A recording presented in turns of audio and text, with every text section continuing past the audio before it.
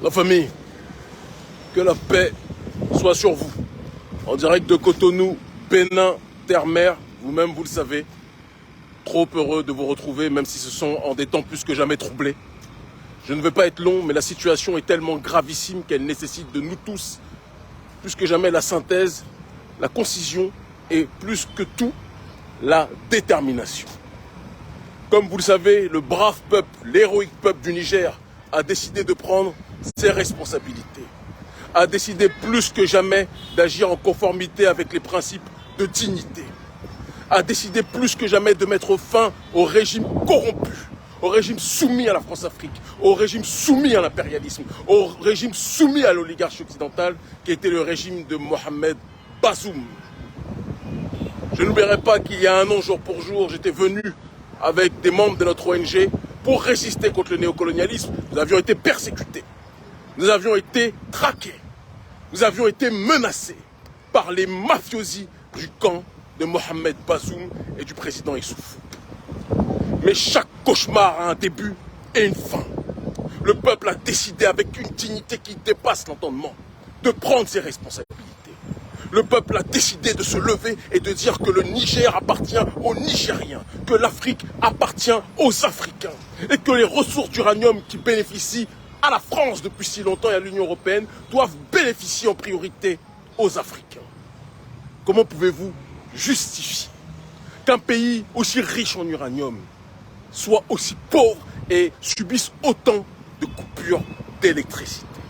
C'est parce que les ressources en uranium bénéficient à l'extérieur, mais jamais à l'intérieur du Niger.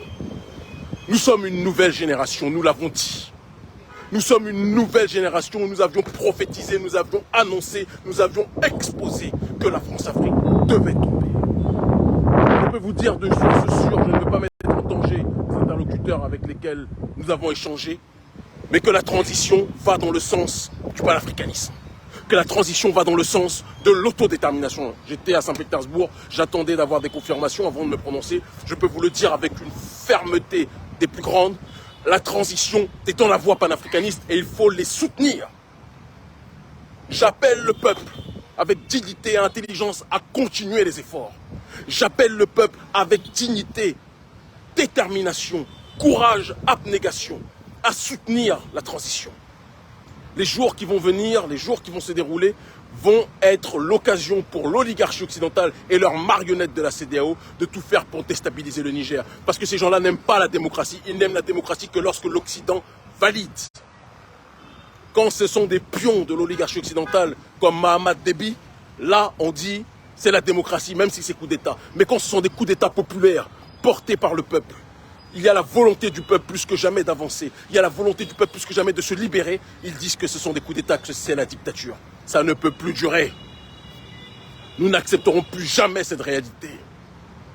En 2013, je disais à la 2STV qu'il arrivera un moment où il y aura en Afrique une série de coups d'État pour désinstaller les pions du colonialisme français. Nous sommes arrivés à cette ère. Nous sommes arrivés à l'ère du cyclone africain, de l'orage africain, de la détermination africaine et personne ne nous empêchera de dire ce que nous pensons.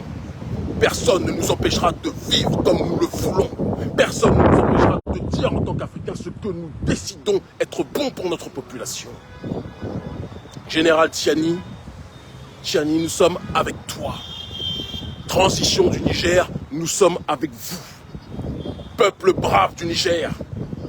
Les mêmes qui, lorsque j'étais dans les rues, me disaient toujours « Kémy, nous allons réussir, nous sommes avec vous, nous allons libérer le pays, nous sommes avec vous, nous vous aimons en crever, vous êtes notre fierté, mobilisez-vous continuellement, ne laissez pas retomber la machine de la détermination, parce qu'ils vont profiter d'une once d'hésitation pour essayer de vous brimer, pour essayer de faire sauter ceux qui ont décidé de faire tomber le régime de marionnettes caractérisé par Mohamed Bazoum et ses parrains.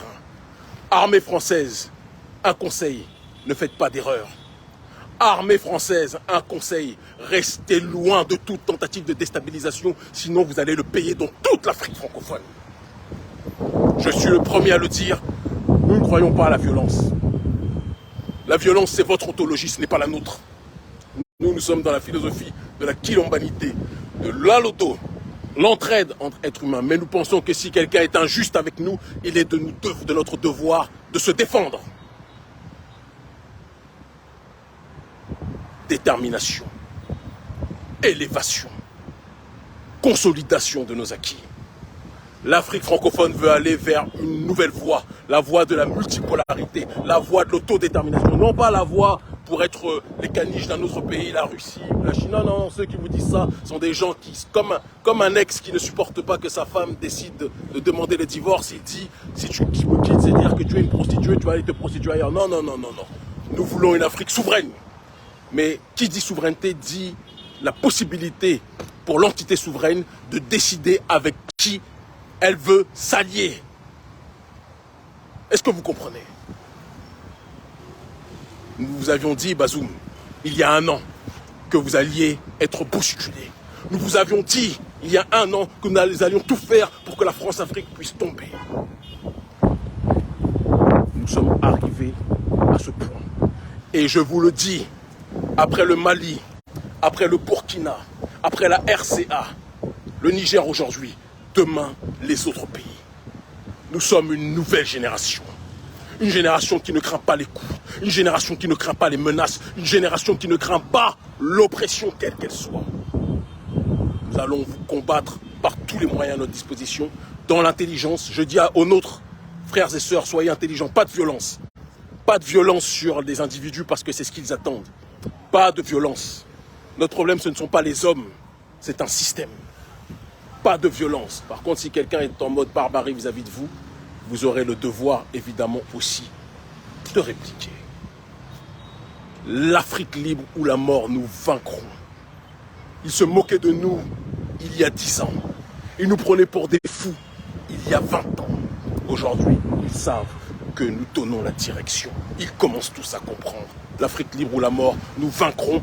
Tenez bon, la CEDEAO va accélérer. Ces traîtres de la CEDEAO qui, lorsqu'il faut lutter contre le terrorisme, sont absents, sont toujours prêts quand il s'agit par contre de se mobiliser contre des opérations, j'allais dire coup d'État, mais non, des opérations de restauration de l'État avec des militaires patriotes portés par une société civile panafricaniste.